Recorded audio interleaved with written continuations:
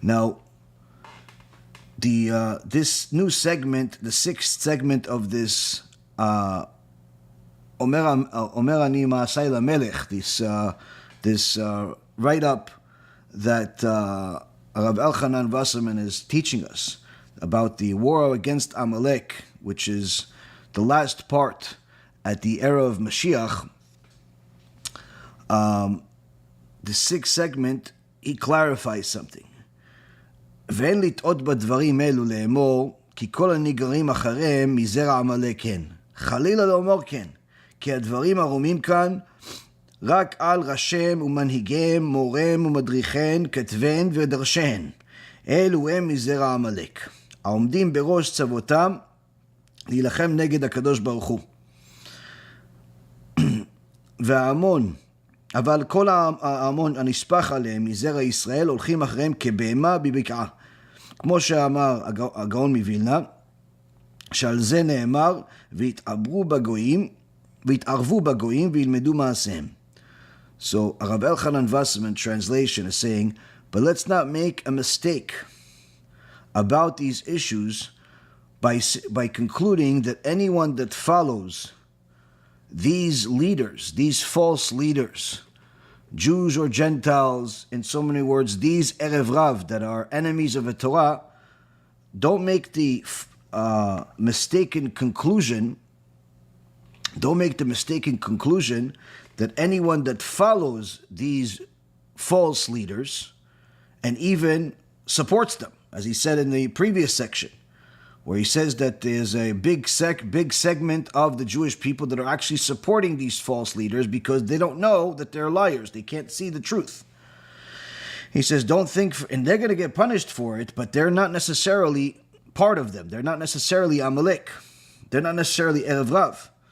So he says, don't make the mistake that everyone that follows these Erev Rav are necessarily from Amalek.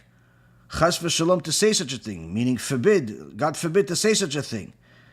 What I'm saying here, he says, is that it's only referring to their heads, their leaders, their teachers, their writers, and their publishers. They are the ones that are from the seed of Amalek, that sit at the head, leading people to go against the Kadosh Baruch Hu. And all of the people that are following this Amalek, are actually Jews, regular Jews. They're not necessarily Amalek. They're not necessarily Erev Rav. They're just going after them like a sheep that's following the herd, that's going down a valley, because he doesn't know where to go. He doesn't go right, go left, go back up. See, here, Rabotai, is an extraordinary clarification by Rav Elchanan Wasserman, especially for those among us that are zealous but sometimes don't know enough Torah to know when to be zealous and when to feel sorrow for your fellow Jew. Now, if you see people that are sometimes getting angry that there are sinners out there, like you have different things happen, whether it's people that throw rocks at a car that's driving on Shabbat, or people that start yelling and screaming at a woman that's walking around immodest. This is not Da'at Torah. This is not the opinion of the Torah to do such a thing. There's no opinion of the Torah that says go throw rocks and beat up people because they're making sins. Now, of course, this doesn't mean that the sins are okay. But it's very, very important to know that there's a time to be angry and there's a time to feel sorry. Now, to be angry, that's when somebody is intentionally mocking the Torah, when someone is intentionally distorting the Torah, when someone is intentionally trying to get people to abandon the Torah. There you have an obligation to be angry at those actions that this person is doing and hate that person that's doing it. When someone is mocking the Torah, when someone is distorting the Torah, when someone is changing the Torah in an inappropriate way, in a forbidden way, On there you have a permission from a Torah and even an obligation of a Torah to hate that person and to be angry. But when someone is sinning against the Torah, mostly because of ignorance and arrogance and a addiction to desires, this is not a person that you need to be angry on, but rather you should feel sorry for them. It's like seeing somebody standing on a train tracks without realizing that the train is coming to run them over. This is like somebody that is ill with a terminally ill disease, but doesn't realize it, so they still spend most of their time working nonstop and having no time whatsoever to actually enjoy their work. This is a person that literally is going up a mountain, not realizing that the top of the mountain is a volcano that will kill them. So when a person is violating the Torah by walking around immodest, by acting immodest, by doing business inappropriately, by violating Shabbat, eating not kosher, this is not a person you need to get angry on. This is a person you need to feel sorry for. This is a person that that you need to do whatever you can to help them see the truth. And that's in essence what what a lot of people don't realize, where sometimes they'll look at different people in their community, in their life, that are not following the Torah. And in fact, sometimes even have nasty comments about the Torah. Where they'll think that it's not really a big deal to say it, but they'll say, well, listen, why do we need all of these people learning in a yeshiva? Let them go and join the army. Now, unfortunately, these types of statements, since this war started after October 7th, these statements that used to usually come out mostly from secular people, these statements have started coming out from people that call themselves religious. Even though the Gemara in Masechet Sanhedrin says, anyone that says, what do we need these Torah scholars, is considered a heretic. It's considered a person that you cannot count in a minyan, even if he has a kippah and a beard that's longer than the exile. It doesn't mean anything. The kippah you can get for free if you want, or even for a few dollars, and the beard grows for free. So it doesn't make you religious. When a person says, what do we need Torah scholars for? That's a heretical statement, like saying, who says that there's only one God? Or who says that Moshe Rabbeinu really received the Torah from God? It's the same thing. It's the same level. This is a heretical statement. This is a heretical statement. Now, when the war started, we saw that many people started becoming confused because they stopped believing in the power of the Torah and the Torah's protection, and started making heretical statements.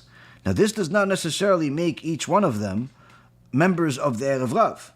They're just following the leadership of the Erev Rav that is making it a pretty much their number one mission, to convince the world that God doesn't exist, to convince the world that the Torah is a fairy tale, to convince the world that there's a new world order, that there is a new reality, and to abandon our traditions, to abandon our belief system, to abandon our ideology.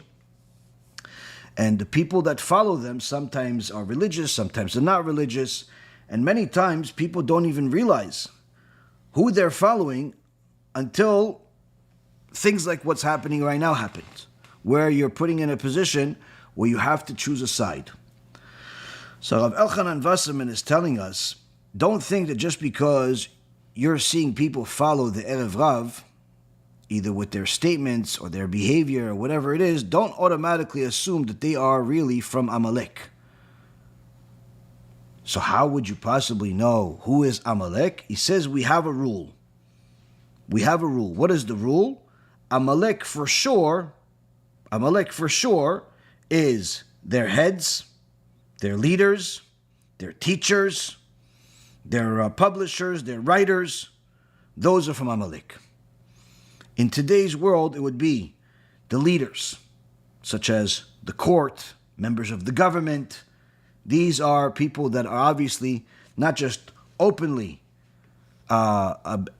showing their disregard for the Torah in their lifestyle, but now more than ever, showing their disdain, their hatred of the Torah, with the recent actions of what they've been doing, where you've already have unfortunate stories like we talked about the other day, where you have soldiers that have gone to war who do not know Shema Yisrael, do not know their last few words in this world, didn't know to say Shema Yisrael, didn't know that they are, how to even practice Judaism. And this is because the leaders make sure that the kids grow up in secular communities. And by secular, I don't mean secular like you have a secular schools around the world. But if you tell somebody God bless you, or if you tell somebody that you're having some type of religious event, it's not a problem to discuss it in school. In Israel, what's happened over the last 70 years is they've literally removed any speech that has to do with God, to such an extent that recently there was a secular teacher, secular professor, that was teaching science and said that there is a very high probability that there is a God that created the world. They fired him for that statement. Imagine that. He's simply stating his belief that there is a high likelihood that there is a creator to the world. Now, obviously, it's foolish to think that there's no creator to the world, but that's not the argument. The point is that he is making this statement, and the hatred of the leadership of the Torah, of God, is to such an extent that unlike any other country in the world, he got fired for that. Now, if that would have happened in America, the teacher would be able to sue the school for millions.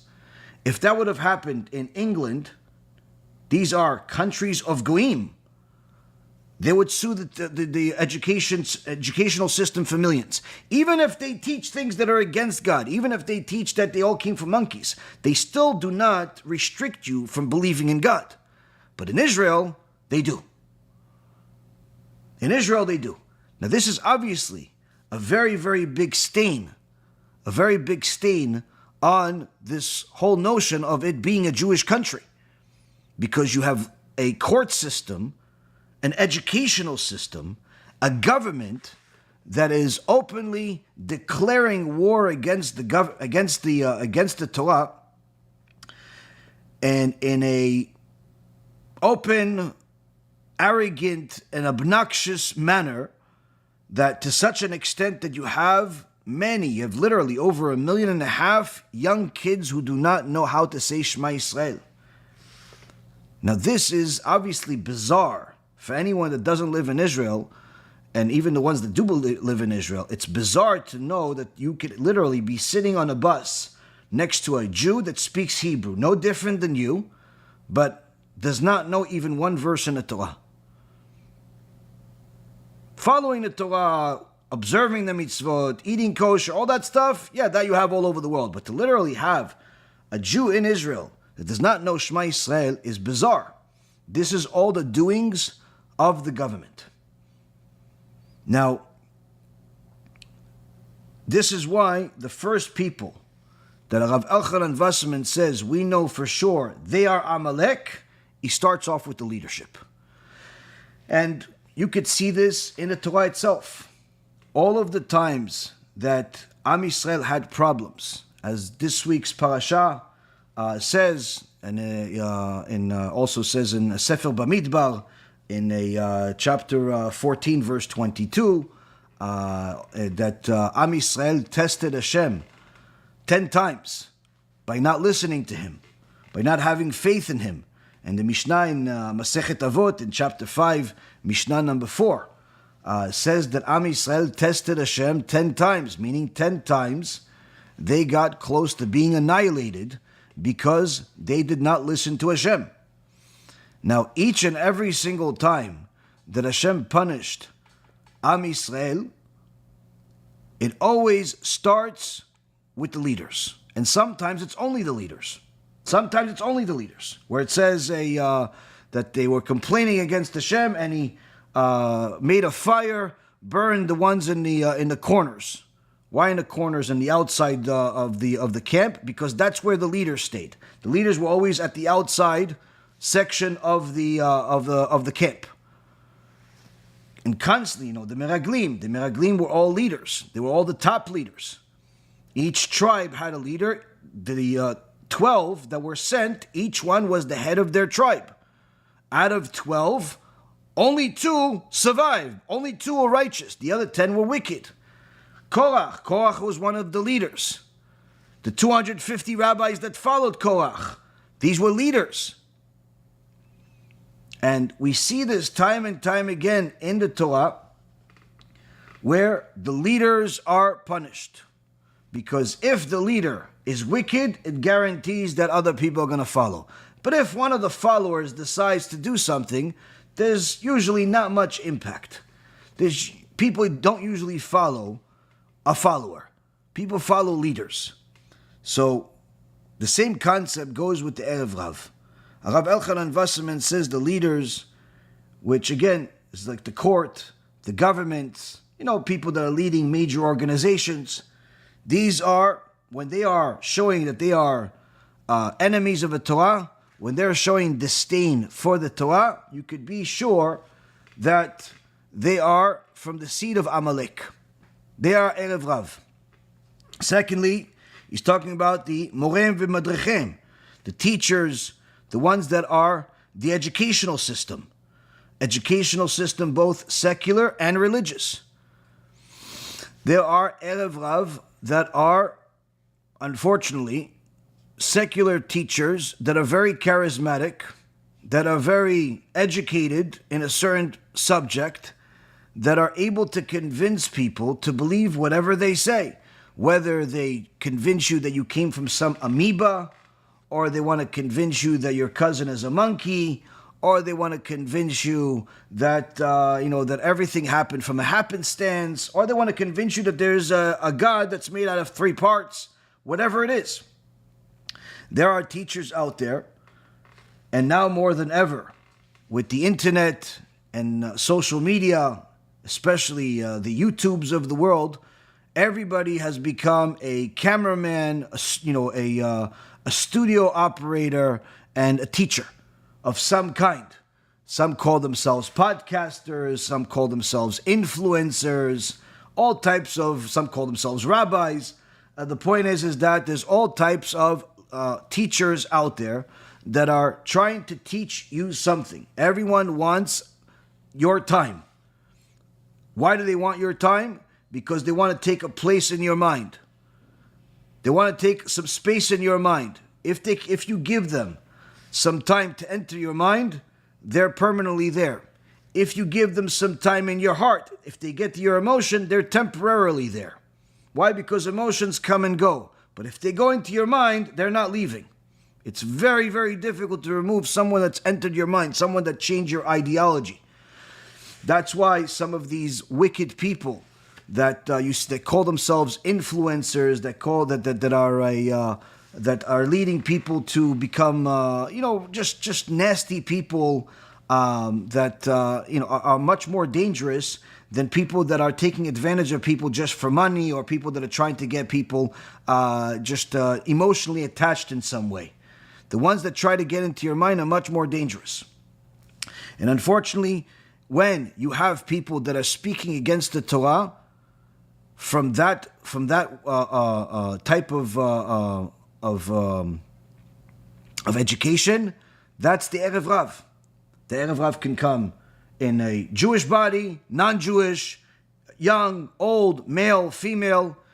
The worst of it all is that sometimes the teachers that are teachers of the Erev Rav, teachers of Amalek, are rabbis. Just like we saw in Parashat Korach. You had 250 students of Moshe Rabbeinu. It doesn't get better than that. There is no greater rabbi than Moshe Rabbeinu. All other rabbis throughout all of history, rabbi means a teacher. All other rabbis had rabbi and then the name. Why? Because what made this person special is the fact that they're a rabbi, not because their name was Yehuda or Akiva, Rabbi Yehuda, Rabbi Yosef, Rabbi Elazar, Rabbi Shimon Bar Yochai, Rabbi Meir. What made them special? Because they were a rabbi. That's what made them special, because of their Torah education, because of what they did. Moshe Rabbeinu, the fact that he was Moshe was even more significant than he was a rabbi. Obviously, because he sanctified himself through the Torah that he learned, through perfecting his character traits, through humbling himself to the extent where he literally, his name was even more significant than the rabbi. Moshe was the rabbi of everybody. Anyone that is a follower of God has to be a follower of Moshe Rabbeinu. If you reject Moshe Rabbeinu, you're rejecting God. Why? Because Moshe Rabbeinu is called the man of God. God was closer to Moshe Rabbeinu than anybody else in history, before and after. No one has ever had prophecy like Moshe Rabbeinu. No one ever will have prophecy like Moshe Rabbeinu. Even the Mashiach will not have it. And Moshe Rabbeinu had 250 students go against him, looking to destroy him. In this week's Parashat Korach. So you see that having what we call today fake rabbis, wicked rabbis, heretical rabbis, whatever, in so many words, enemies of the Torah that are using the role of a rabbi to do so. Unfortunately, Rabotai, this is very much a reality today. This is very much a reality today, where you have some rabbis are amazing, some rabbis are tzaddikim, holy people that learn Torah, dedicate their life to the Torah, dedicate themselves to helping the public get closer to the Torah, fight the wars of Hashem, never back down from the world of heresy. Always try to do whatever they can to publicize Hashem's name. But then you have some people that are using the Torah as an axe to build themselves a name, to build themselves a building, to build themselves a reputation. And many times it's by distorting the Torah, by changing the Torah without telling you that they're changing the Torah. Rather by telling you that nobody understood the Torah until they came along and they provided something new. So Rav Elchanan Wasserman says you have the heads of Amalek are the leaders, are the teachers, but also are the publishers. Katveim v'darshem. The ones that give speeches, the ones that write articles. The media, we call that today. Fake news. Fake news, unfortunately, is not something that was created today. The media is something that's been around for many, many centuries. Even the Josephus that many like to use as a source for different things that happened throughout history was known as a compulsive liar. He lies non-stop about different things. But he was media. That was a media organization. The point being is that the media, one of the things that the media has done repeatedly throughout all of history is publicize a bad name for God. Convince people that God doesn't exist. Convince people that you don't need to follow God. Convince people that something has changed and you can abandon the ways of the past. And unfortunately, that is still happening today. Now, if I was just talking about the secular, non-Jewish magazines out there or news stations, then really we wouldn't need to spend more than a half a minute. Everyone knows that when you're watching the New York Times or the CNNs of the world or any of these types of news stations, you're going to get lied to. You're going to get things that are going to be contradictory to the Torah. The problem is bigger when many times the fake news or the news that's contrary to Torah values comes in the form of a Jewish magazine.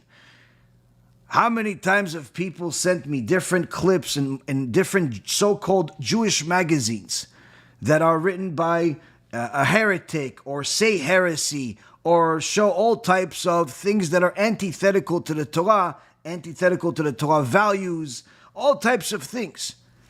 Now, this, Rabotai Karim, this is funded by the Jewish community, meaning it's funded by people that are following Hashem, not against Hashem. But unfortunately, sometimes money blinds even the wise. We even had multiple times different marketing campaigns that we had, where we had literally Jewish organizations tell us they don't want to market certain Jewish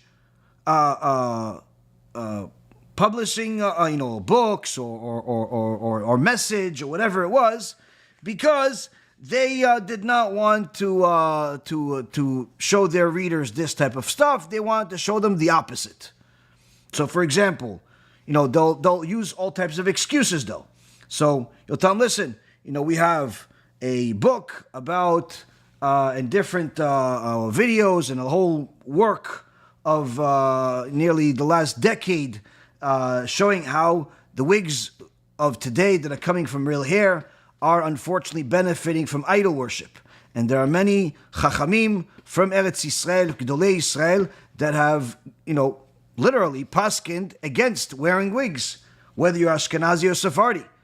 Not even because of the immodesty, which the vast majority of poskim throughout all of history have been against wigs for the modesty or the immodesty aspect of it. Now there's even a bigger reason to go against it and show that it's forbidden, because it's coming literally from idol worship.